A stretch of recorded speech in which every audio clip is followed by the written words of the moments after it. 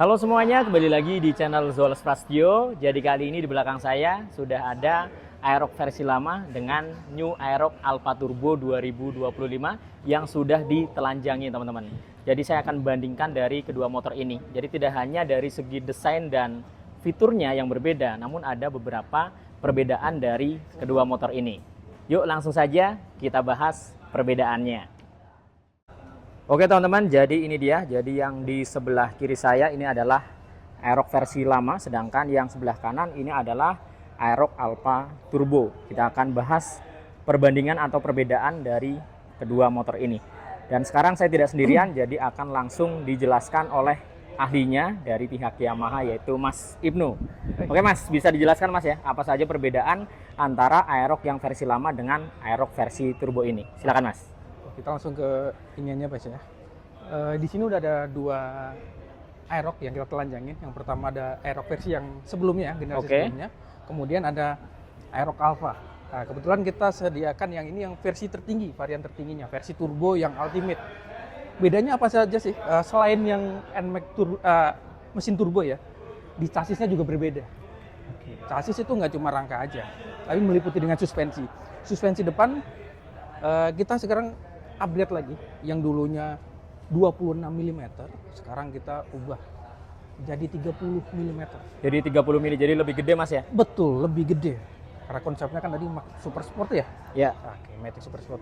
Kemudian nggak hanya dari suspensi depan, kemudian ada penguatan di area center tunnelnya. Center tunnel ini berubah, nggak cuma bahan, tapi dari titik pengalasannya, kemudian bahannya ya, bahannya lebih tebal, titik pengalasannya.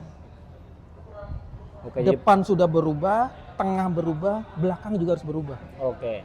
Jadi kita ada penyesuaian juga untuk dari sok belakangnya. Oke, siap. Oke. Sok belakangnya, spring rate-nya bisa dilihat. Nah, sekarang kita bandingkan dengan yang versi sebelumnya. Versi lamanya ya? Versi lamanya. Oke, ini yang versi lamanya. Betul. Yang versi barunya, jadi lebih rapat Mas ya? Betul.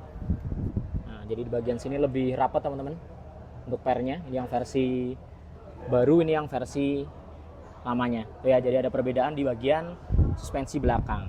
Terus di bagian mana lagi nih Mas? Nah, kalau untuk ngomongin chassis, ya ini yang di versi tertinggi kita ada yang namanya performance damper.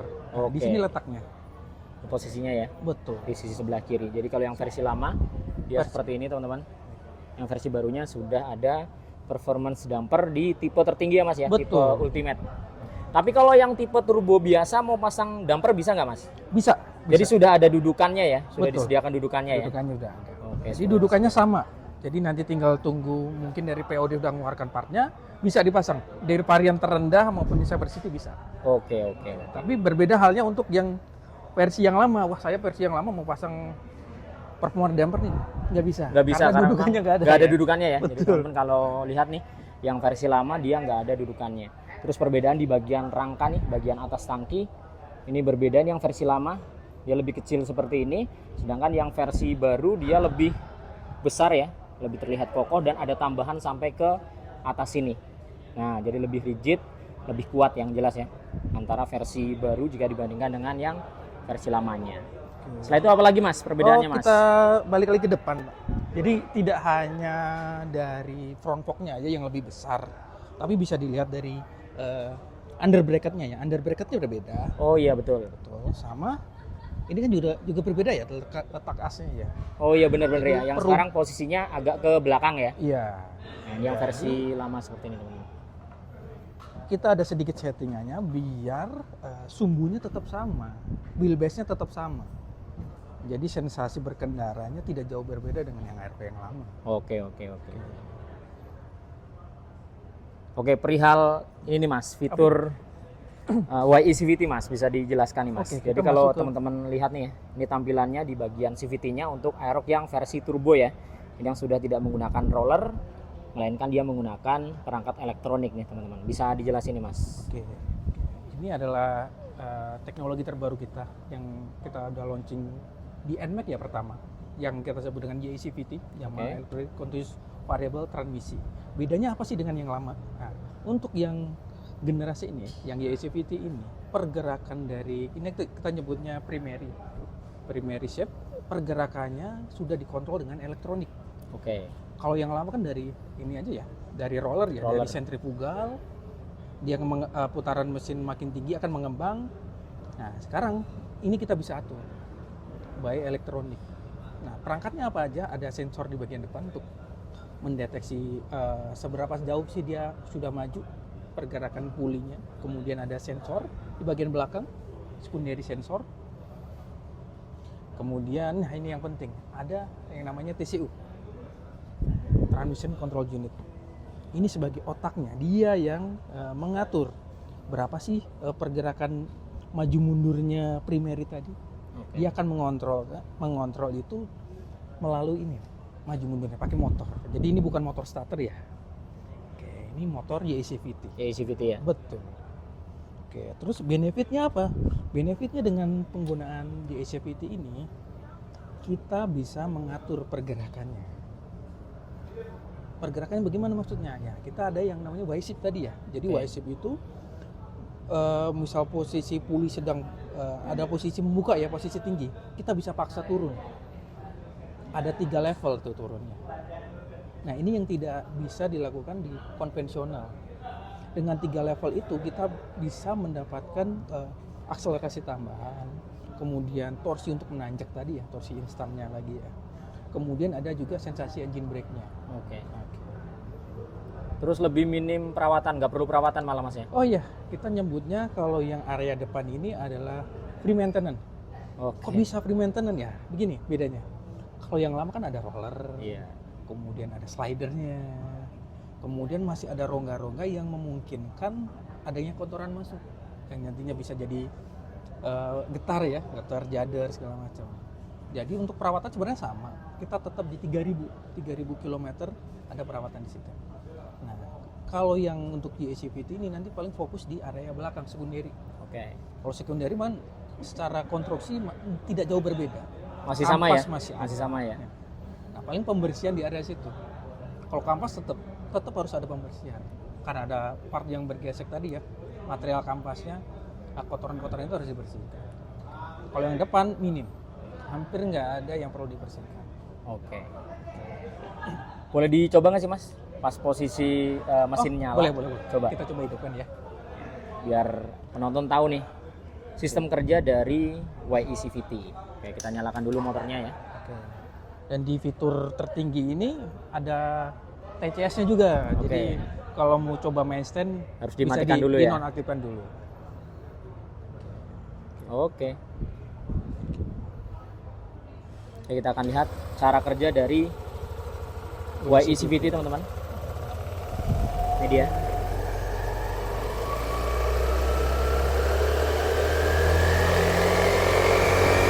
Ini bisa ada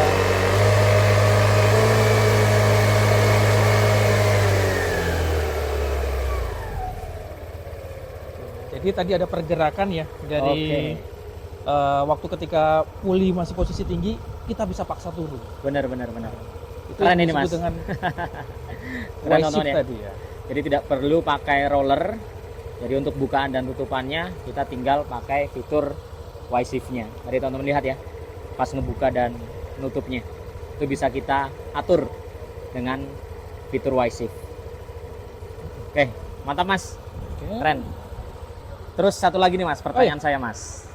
Jadi Aerox itu kan paling sering keluar kode keramat. Oh, Nah, apakah masih terjadi di Aerox terbaru ini mas? iya. Nah, Menjawab oke. isu itu ya.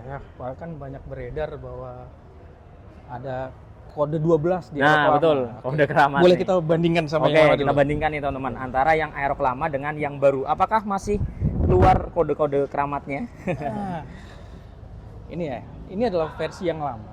Versi yang generasi sebelumnya kita masih menggunakan ada soket. Jadi antara spool sebelum masuk ke SGCU itu ada soket ya. Oke, yang kata konsumen, wah kayak harusnya lebih panjang nih kabelnya, langsung aja nggak pakai soket. Nah, di generasi Alpha Terbaru. soket sudah tidak ada. Jadi Oke. sudah pakai kabel panjang lah istilahnya. Oke. Ya. Kabel panjang. Bisa dilihat sudah tidak ada lagi ya.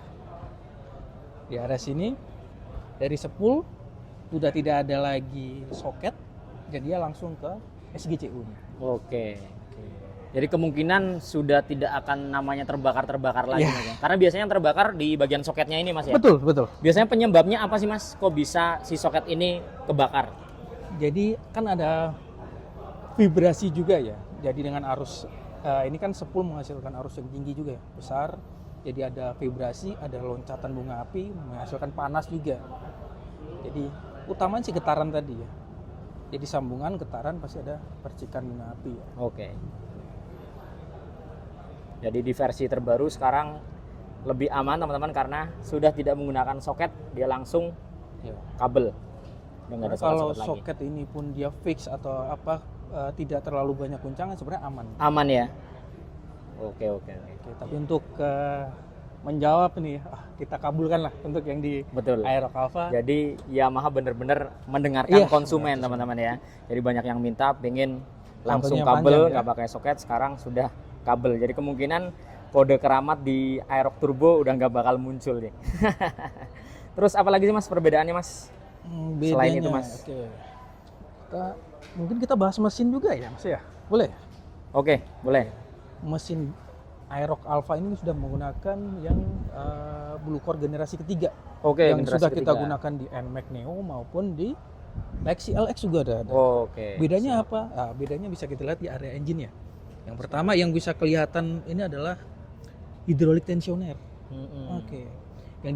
Yang lama tidak menggunakan ya. Kemudian ada di blok silindernya kita sudah menggunakan mirror bore silinder.